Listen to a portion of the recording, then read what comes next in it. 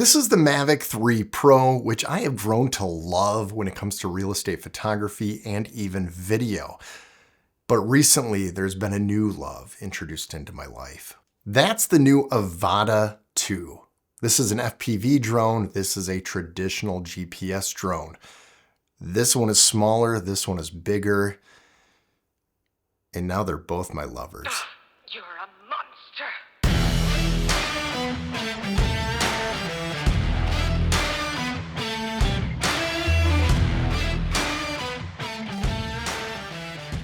That's right, all tech is my lover. Yes, this is a lover, this is a lover. I am a lover of these drones. Don't worry, they're into it. But you might be wondering which drone is best for you. Do you get a traditional FPV drone? Now this might be overkill for some of you, but this is the Mavic 3 Pro. I am a professional full-time architectural photographer who focuses mainly, but not always, on real estate. This is an FPV drone, which stands for first person view. You wear goggles with this. You just use a monitor and controller with this one. The goggles help you be more precise in flying. You have that first person view. It's a completely different way of flying. And this one, well, it has its needs. So let's talk about this one first. Then we will go into this one, and then I'll tell you which one you should get. But if you can handle both, you should. Now, this is the smallest you'll ever see the Mavic 3 Pro. It is bigger than its little baby brothers below it, but this one is the smallest that it will get when the wings are all retracted. But once you take these out, which is really easy, but then easy to store, it does get pretty big in its little circumference. Now, what does this offer that the other DJI drones don't? Well, for one, it has a large image sensor on it. It is a micro 4/3, which you'll find in the new GH7, but that is the size of the sensor you're getting, which means low light capabilities at dusk and at night actually look good now. I have pulled off some amazing images when it comes to doing some dusk shots for clients, and even in video with log. It looks awesome. Now I'm going to set it down. You have an idea of what this looks like, so I don't have to carry it in my hands this whole video. Now, right off the bat, here are the big benefits of this. Now, I just told you it has a micro 4/3 sensor, which is smaller than an APS-C sensor and definitely smaller than a full frame sensor. To give you an idea, it is half the size of a full frame sensor, but it is so much better than all the other sensors that you will find in drones nowadays. And so low light capabilities for a drone, it's outstanding. 3-axis gimbal, so nothing in post-production do you have to do to image stabilize the video in here. It is just so good. It is the best image stabilization that you'll ever get in a drone, and honestly, even in a handheld gimbal. It is a 20 megapixel sensor, so when you do get photos out of it, they're going to be pretty good. You'll be able to crop in and still get a nice sharp image. This has a variable aperture, which you won't find in other drones. So it is as wide open as 2.8 on the micro 4/3 sensor and goes, I believe to f11. So you can change that if you need to. Otherwise, I do highly recommend putting ND filters or buying this with the ND filter kit, because then you can keep that aperture nice and wide if you need to. Usually I'm at about 4 or 4.5. You can shoot 24 frames per second, 30 frames per second, and even 60 frames per second at 5.1K resolution, which is what I actually shoot at. And I shoot at 24 frames per second because I don't need to slow it down. It is just so buttery, maybe that's the word, buttery smooth when it comes to that nice gimbal flow. But if you really want to, that 60 frames per second at 5.1 is amazing, and you can slow it down at half speed or down to 40%. But if you really want it to be slow, you can shoot at 4K and get it at 120 frames per second and really smooth it down. When it comes to battery life, this thing sports 43 minutes, which is absolutely amazing. I'm probably knocking out about 2 or 3 houses before I need to switch out batteries. And that's doing video in D-Log, which we're going to talk about in a second, and shooting stills all over, and under lots of windy conditions. I have flown this over Lake Michigan at about 40, 45 mile per hour winds, and it is perfect. Now, when it comes to the AVATA 2, don't do that. It's horrible. But this, the Mavic 3 Pro, the Mavic 3 even, is so good in strong winds that I'm not worried about it. Maximum speed in sport mode is about 47 miles per hour, but really you're going to be getting the best shots by just doing standard mode anyways, because it's going to be nice and level and smooth. Now this is the battery for it, and although it does come with one, you want to buy the package with 2 extra ones. So you have 3 total.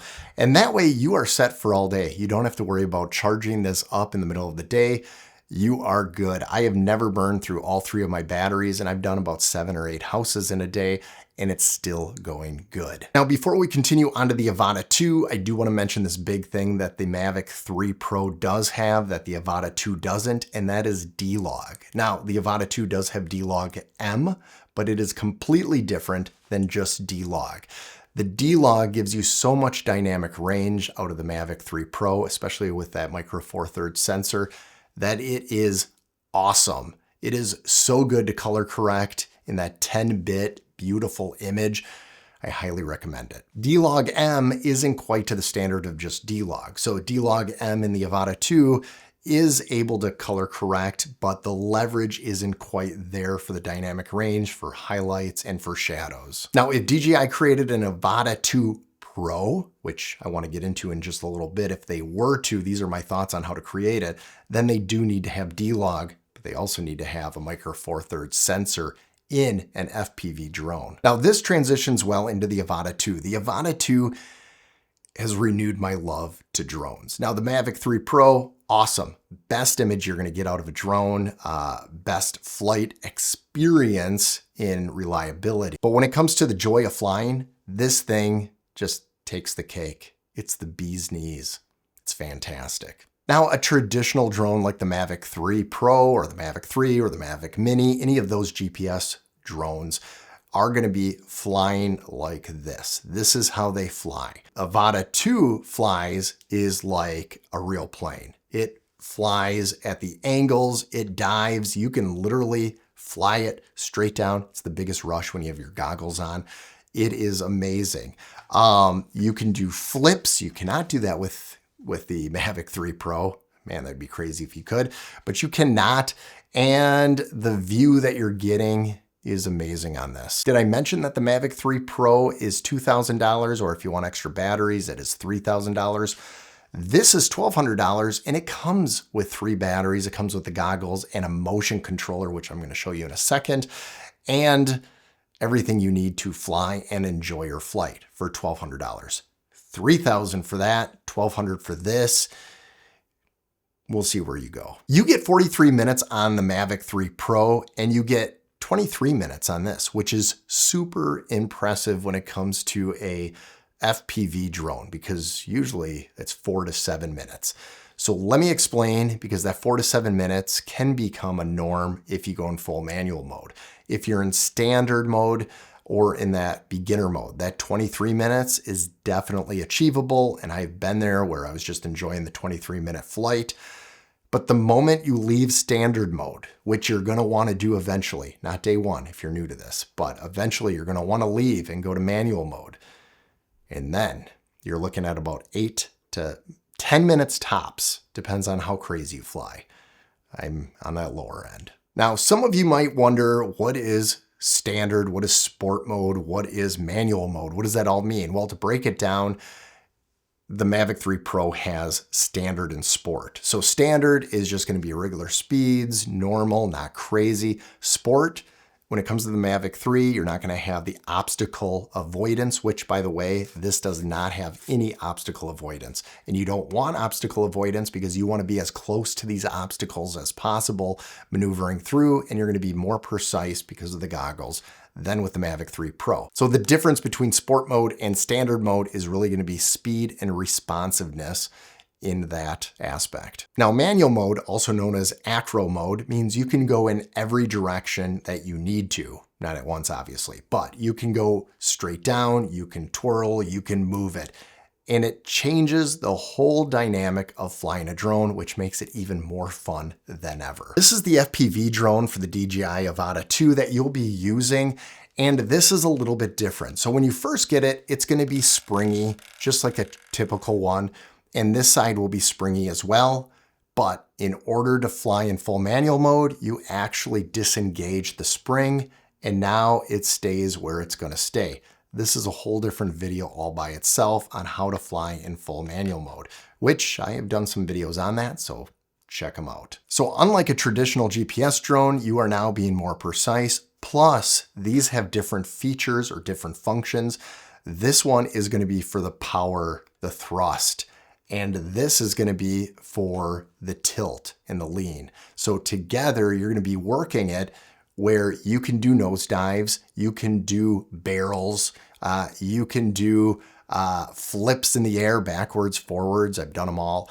And you have that full macro capability. And while you're doing that, you're wearing these ridiculous goggles that make you look like a fool, but you feel like Maverick inside of these, or Goose if you crash, but hopefully you're Maverick. But with this $1,200 package, you get everything, including these goggles too. And this is what makes all the difference when flying and getting more precise. Now, I do want to be clear, when you buy the starter kit of the AVATA 2, you don't get this controller. This is a $200 controller that you have to add on, but you do get that FPV flying experience with this. This is the motion controller. And I thought, well, is this going to be corny?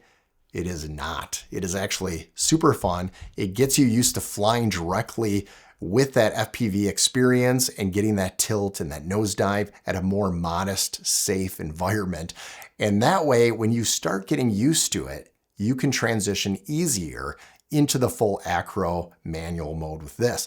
Plus, you can also fly the drone in standard and sport mode here too to get used to the controls. And that's what I highly recommend, is disengaging the spring on this and getting used to flying in standard and in sport mode. But really, in order to transition fully into this in full acro mode, you do need to do a simulator, and this does have a USB-C connection right there, and it connects to Steam. So there is the software of Liftoff, which is a great simulator out there that I own, and I use that through my MacBook. I spent 2 hours a day for 5 days straight in the simulator, and after that, I felt confident enough to go out and try out in full manual acro mode, and I didn't crash, which is pretty impressive for this guy.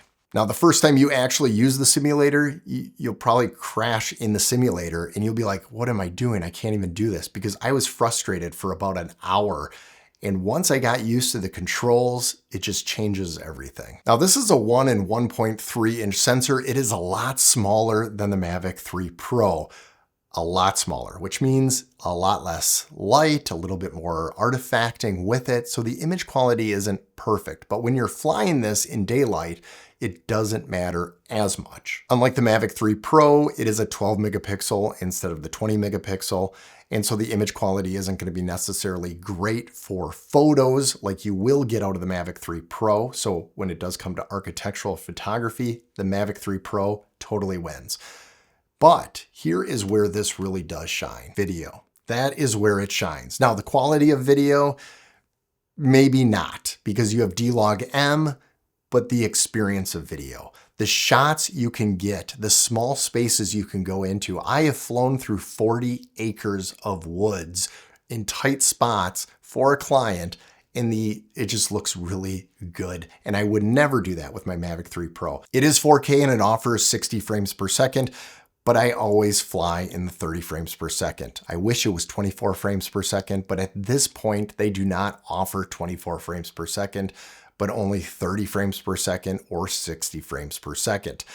I don't like to slow this footage down, because when you watch this in real-time movement, it is awesome. Now, this does offer Rocksteady, which is a software-generated image stabilization, but I highly recommend turning it off, just going into the regular mode, and then in GyroFlow, which is free software, let that do the image stabilization in post, and it is so much smoother. It's so much organic looking in its shots, and that's the way to go. So here are the scenarios you're probably thinking about. Am I an architectural photographer? If you are an architectural photographer first, well, the Mavic 3 Pro is going to be the best image that you're going to get. And I would take this over this any day. Even the video quality is going to be better than this. But if you are somebody who is looking to either complement this or you are looking for unique video shots, this is a good way to go. I do like it. And these do complement each other very much. When it comes to photos, it's not the worst, it's not the best, but it's probably somewhere around a cell phone standard. Now, if this is going to be a hobby for you, the AVATA 2 is the way to go. I have never had so much fun flying a drone. I actually fly for fun. I got done with a bunch of shoots yesterday, and before I got home, I went to an empty parking lot and I flew around a McDonald's. That's right, I was kind of hungry. No, I flew around the McDonald's, went around some buildings, and it's just a different perspective and experience. Even though I record these, I don't look at them all the time. It's more of that experience where when you have the Mavic 3 Pro, you want to record those experiences for other people. For here, it's almost something that you're enjoying at the same time. Plus, between the two, this is the biggest rush I've ever had in flying. Every time I put on the goggles, I take off in full manual mode. It is nerve-wracking. I don't know if that'll ever go away. I've only been doing this for a few months now, but it is such a rush. And then you land and you're like, oh boy, I'm sweating. It is crazy. It is so fun though. And if I can do it, you can do it with just that little amount of training with the software. So again, if it's your first drone and your budget is in the $1,200 range and you're just looking for something as a hobbyist to enjoy and maybe take some photos and some video, I think you're gonna have a lot more fun with this than the Mavic 3 Pro. This is gonna be a fun experience. Plus, we haven't even done it yet, maybe in another video. But you can broadcast it onto an iPad, onto a computer, through the goggles, so everybody else can see what you're seeing as you're flying. I think that could be a fun video. You tell me, should I do that? Tell me this, do you have either of these drones? What is your experience with either of them? Do you want one over the other? I love them. I'm not gonna give them up. I'm not gonna let them down. I'm gonna just love them forever. They're my lovers. I think I was going into an 80s song, but I'm gonna stop. Hey, real quick, I have not recorded in my theater studio in quite a while. So do you miss this? Do you miss this space? I mean, it's not that you could see a lot, but it is a different environment than my office. I can mix it up a little bit, or I could be down here more often. What do you think? Also, if you're wondering, I am using the Sennheiser MKH416, and that is the space that I use this in. It's not perfect. There's some reverb, so in post, I do have to clean it up a little bit. But it is probably the best microphones I've ever used. Where upstairs I'm using the Shure SM7B, which is a great mic for what it is, but I can't keep it out of the shot, where I can keep the MKH416 by Sennheiser out of the shot. I would love to use the Sennheiser MKH416 in my office, but there's hardwood floor, a lot of reverb, and maybe I can pull it off with some software little fixing in the background. I love the sound that comes out of this so much better. Now, the Shure SM7B, which is just a mouthful there, is really good, but it's always going to be in the shot. Now, I hope you found value out of this video, and if you did, don't forget to hit that like button and subscribe for more videos just like this. And, oh, guess what? I am getting the R5 Mark II, hopefully, right when it releases, because I pre-ordered it. And so those videos are going to be crazy. And yes, my backyard, yes, dog poop, you know it, it's all going to be there. Hey, don't be sad, the video's over, but there's more videos right over there for you to watch. Just binge, you don't need to work. Working is overrated.